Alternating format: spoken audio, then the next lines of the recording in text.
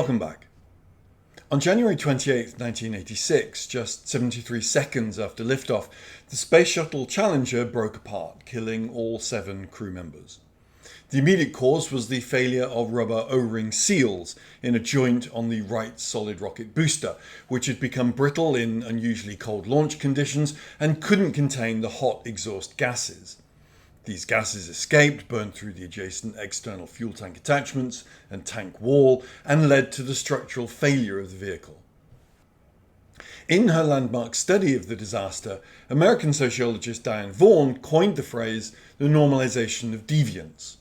Simply put, the normalization of deviance describes a gradual process in which deviations from rules, standards, or good practice are repeatedly tolerated and eventually redefined as acceptable. Each time a rule is bent and nothing goes wrong, the organization's informal sense of what is safe enough or normal shifts slightly, widening the boundary of acceptable behavior. An example might be a team that skips a safety step to save time. If nothing bad happens, they are more likely to skip it again, until skipping that step becomes the routine rather than the exception. In this way, deviant practices are socially constructed as normal inside the group, even though judged by formal standards they remain unsafe or non-compliant. Vaughan analysed how NASA and contractor organisations came to accept known technical problems, most famously the O-ring erosion in the solid rocket boosters, as compatible with launching, so long as previous flights with similar problems had not failed catastrophically. In her analysis, she argued that the Challenger explosion was not best explained by a single reckless decision, but by a long, incremental descent into poor judgment, in which small departures from safety standards were repeatedly reclassified as normal because launches continued to succeed. What began as a break in the pattern becomes the pattern, capturing how initial exceptions harden into routine practice. You might be wondering why I'm talking about this on a talk about Byzantium, but applying the idea of the normalization of deviance to late Byzantine politics helps explain how patterns of short-term exceptional decisions became the accepted way of ruling, leaving the empire structurally vulnerable when the Fourth Crusade arrived in 1204. From roughly the death of Basil II in 1025 to the sack of Constantinople in 1204, the empire moved from military and fiscal strength to fragmentation and dependence on foreign powers. In this period, you see repeated choices that, judged against earlier Byzantine norms, were clearly risky, yet became routine. Disbanding native armies, empowering great families, relying on mercenaries and using foreign powers and crusaders in internal power struggles. Earlier Byzantine practice had relied on a robust regional system and large provincial armies to secure the frontiers. After Basil II, a succession of rulers disbanded these large armies, shifted resources to Constantinople, and turned to mercenaries as a cheaper and more flexible instrument, ostensibly to be hired if trouble arose. Viewed through the normalization of deviance, this is classic drift. What began as exceptional reliance on hired troops in specific crises hardened into the default, despite known problems of unreliability and divided loyalties. Mercenary contingents, including Normans and Turkic groups, were repeatedly used despite incidents of indiscipline, internal raiding, and participation in aristocratic revolts. Each time the empire escaped total collapse, this non-catastrophe confirmed the illusion that dependence on such forces was acceptable, redefining as normal a pattern that earlier emperors would have considered dangerously deviant from Roman military tradition. By the 11th and 12th centuries, the landed aristocracy gained increasing influence at the expense of central control, undermining the older balance in which the emperor and bureaucracy constrained great families. Policies that freed Anatolian peasants from military service, turning them into taxpayers, and allowed aristocrats to bind armed followers to themselves, effectively privatized parts of the military system and encouraged the feudalization of the army. From a normalization of deviance perspective, emperors and ministers repeatedly tolerated aristocratic usurpations, private armies, and semi-autonomous regional power bases because the empire did not immediately disintegrate and because such magnates were useful in internal struggles. Over time, what had been deviations from the older centralized model, regional warlords, powerful clans using state offices for private gain, revolts that ended in negotiated settlements instead of exemplary punishment, came to be a routine part of imperial politics. Diplomatic flexibility was a long-standing Byzantine strength, but in the 2 centuries before 1204, recourse to foreign powers to solve internal problems became increasingly habitual and risky. Examples include reliance on Normans and other Westerners as mercenaries, and later dealings with Crusader armies transiting imperial territory, sometimes including alliances or bargains that placed internal stability at risk. By the time of Isaac II Angelos, relations with Latin powers had already been poisoned by episodes such as his treatment of Frederick Barbarossa's forces and Latin residents in Constantinople, which contributed to long-term mistrust. But emperors continued to treat passing Crusader hosts and Western maritime powers as instruments in their own dynastic and factional conflicts, assuming that these outsiders could be controlled like earlier barbarian allies had been. In terms of normalization of deviance, repeatedly inviting or tolerating armed forces near the capital for short-term advantage became a normalized tactic despite the obvious strategic danger. In the final years before 1204, the Angeloi emperors presided over a weakened, faction-ridden state with diminished native forces and deep financial and political dependence on Italian maritime powers. The invitation of Alexios IV Angelos to the leaders of the Fourth Crusade, promising them money, support, and church union in exchange for restoring his deposed father Isaac II, fits neatly into the pattern. A highly risky, arguably deviant gambit treated as a plausible solution because similar gambits had not destroyed the empire in the past. Once the Crusaders were in front of Constantinople and the regime could neither pay them nor control internal unrest, the accumulated effects of earlier normalized deviations, weak central military power, empowered magnates, reliance on foreigners, fiscal exhaustion, and hostility with the Latin world, all combined to produce catastrophe in the sack of the city. In Vaughan's sense, the Angeloi and their predecessors were not simply irrational. Many of their decisions conformed to an internal political culture that had gradually redefined dangerous practices as acceptable right up until the point where the system failed. Once Constantinople had fallen, the empire fractured into a number of smaller Byzantine states, centered around the cities of Trebizond, Epirus, and Nicaea.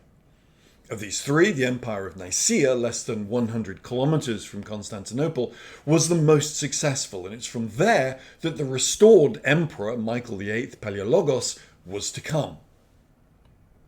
Michael was born around 1224 into a prominent noble family with ties to earlier Byzantine imperial houses, including the Ducai, Angeloi, and Komnenoi. The son of the high-ranking military commander Andronicus Palaiologos Komnenos Doukas and Theodora Angelina Palaiologina, he grew up in the fragmented Byzantine world that followed the sack of Constantinople, during the Nicaean Empire's struggle to reclaim the capital from Latin control. His early years were spent in imperial palaces at Nicaea and Nicomedia, fostering ambitions of restoring Byzantine rule, while his family's status provided military training and diplomatic exposure. Michael distinguished himself young by serving as governor of the Thracian towns Melnik and Ceres under his father's oversight in the Empire of Nicaea. In autumn of 1253, however, he was accused of plotting against Emperor John III Vatatzes Doukas. He was required to prove his innocence through trial by ordeal, carrying a red-hot iron. If his skin didn't blister, he was innocent of the charges. But Michael cleverly refused unless Metropolitan Phocas of Philadelphia, who had suggested the trial by ordeal, first took the iron from the altar and placed it in his hands. focus, unsurprisingly, declined, and the emperor accepted this as sufficient proof, sparing Michael the physical test. But this was only a temporary reprieve. In 1256, while governing the frontier region on the river Sangarios, Michael was informed that Emperor Theodore II, the successor to John III, intended to arrest him on suspicion of disloyalty. Knowing how suspected magnates were often punished, he feared especially the risk of blinding and permanent removal from political life. Anyone disfigured was prohibited from becoming emperor. So he fled across the Sangarios River to serve the Seljuk Sultanate of Rum from late 1256 to 1258 as commander of Christian mercenaries under Caecus II. This obviously gave him immediate physical safety from imperial agents operating in Nicaean territory, but the Seljuk Sultanate of Rum, which bordered Nicaean land and frequently employed Christian mercenaries, also offered him a platform to maintain a military command and remain a player in regional politics, rather than a powerless fugitive. He was eventually recalled by Emperor Theodore II Lascaris Ducas in 1258 after taking sufficient oaths of loyalty to satisfy the emperor, and Michael swiftly capitalized on Theodore's death later that year by orchestrating a coup, assuming guardianship of the child Emperor John IV Lascaris and being proclaimed co-emperor, effectively sidelining his young ward. Now in power, he expanded Nicaea's army and began a long campaign to retake Constantinople. By 1261, the Latin Empire of Baldwin II was militarily and financially exhausted. Its control scarcely extended beyond the immediate surroundings of Constantinople. Baldwin depended heavily on Venetian naval support and had pawned many relics to raise money. He pawned the crown of thorns to Venetian merchants in 1238 and later sold it to Louis IX of France, along with pieces of the True Cross and other relics. He even pawned his own son, Philip, who was about 10 years old at the time, after taking a massive loan equivalent to years of imperial revenue from Venetian merchants. Unable to pay, he pledged Philip as security, sending him to live in Venice under the merchant's custody. The money raised by all this activity primarily funded military expeditions and reinforcements to combat the Nicaean Empire and other rivals. Baldwin made repeated begging tours across Western Europe, returning with armies that achieved little against Nicaea. Funds also covered crushing debts to Venetian creditors and basic imperial operations in his steadily shrinking empire. In 1261, Michael VIII sent his general Alexios Strategopoulos with a small force of maybe 1,000 men to watch Constantinople, reconnoitre its defences, and guard against possible Bulgarian movements in the region. While there, Strategopoulos received crucial intelligence from locals that the main Latin garrison and the Venetian fleet had sailed north to raid the Nicaean-held island of Daphnusia in the Black Sea. They told the Nicaeans that Constantinople was almost empty of defenders and that there was a way to get men inside the walls. Strategopoulos hesitated because attacking with such a small force went beyond his formal orders and risked disaster if the Latin army returned quickly. But the opportunity was too good to ignore, and so he decided to act. On the night of 24th to 25th of July 1261, he approached the land walls near the Gate of the Spring. He sent a detachment through a concealed or neglected passageway into the city. Once inside, these men overwhelmed the guards on part of the Theodosian walls and opened a gate from the inside. With the gate opened, the rest of Strategopoulos' small army poured in, seized sections of the walls, and quickly gained control of the landward defences before the Latins could organise a coherent response. The Latin population, including Baldwin II, woke up to find Nicaean troops inside the city and in possession of key positions on the walls. Baldwin fled, leaving his crown and sceptre behind in his panic. As Latin inhabitants tried to escape, Nicaean troops set fire to Venetian buildings and warehouses along the waterfront to prevent the returning Venetian fleet from landing and reinforcing the city. When the Venetian ships did return and saw the city in Nicaean hands, with fires raging along their quarter, they focused on evacuating as many Latins as possible rather than trying to retake Constantinople, and then sailed away to other Latin-held territories in Greece.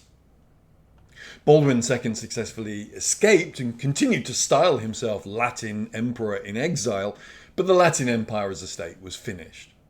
On 15th of August 1261, Michael VIII Palaiologos entered Constantinople in triumph and was crowned in the Hagia Sophia, marking the formal restoration of the Byzantine Empire under the Palaiologan dynasty.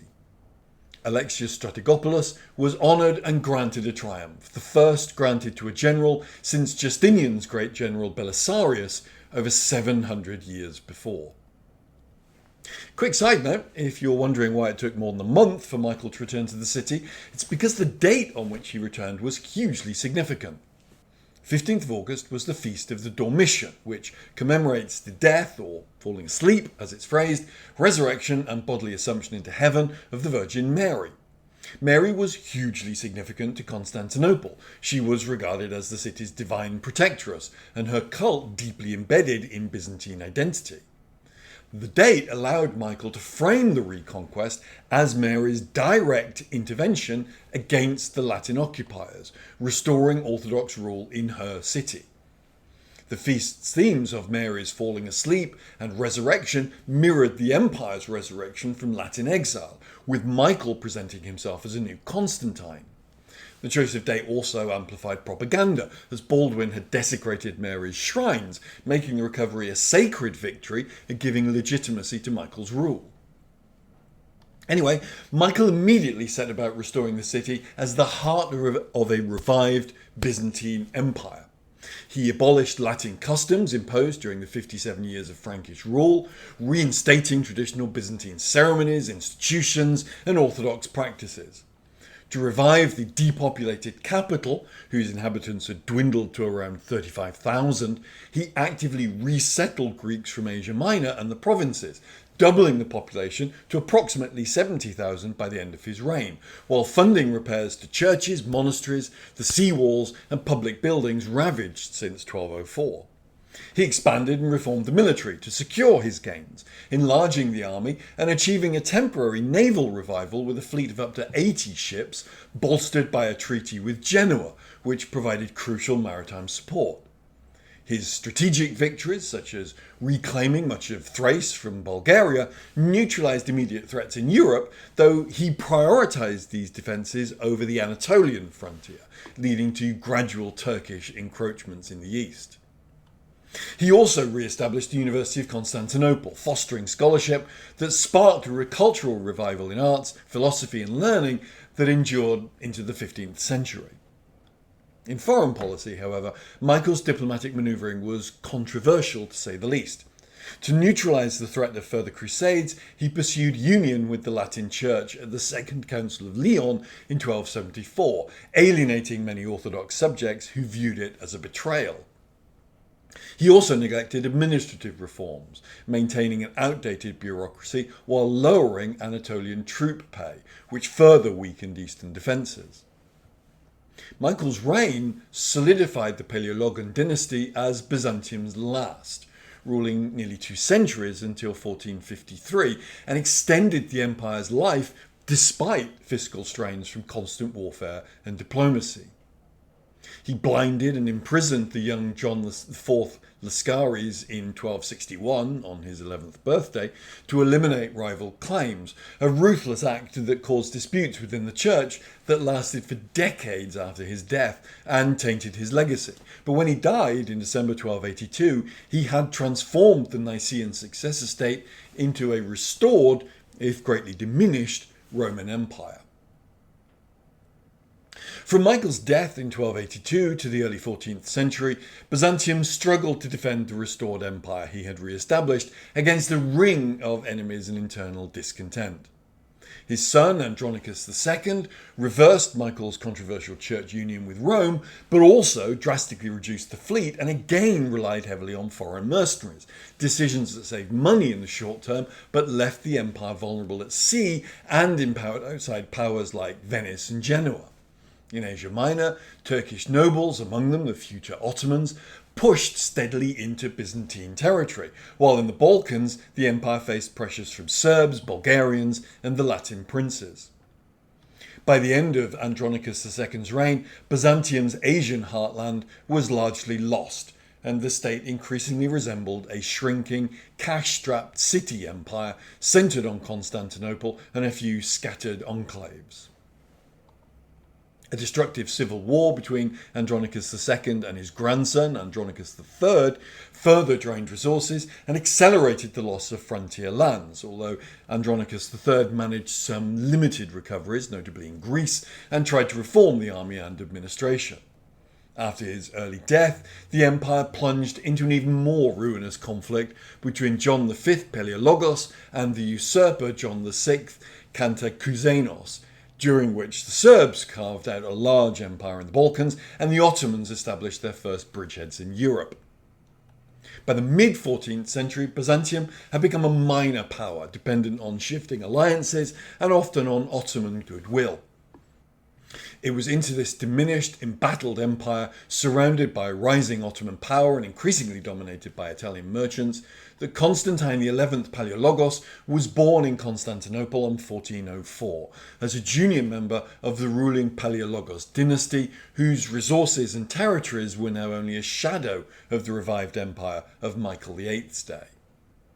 We'll look more at Constantine XI's life and his death defending his city next time, but for now, thanks very much for joining me. Please remember to like, share and subscribe on the way out, and whatever you're up to, have a great day.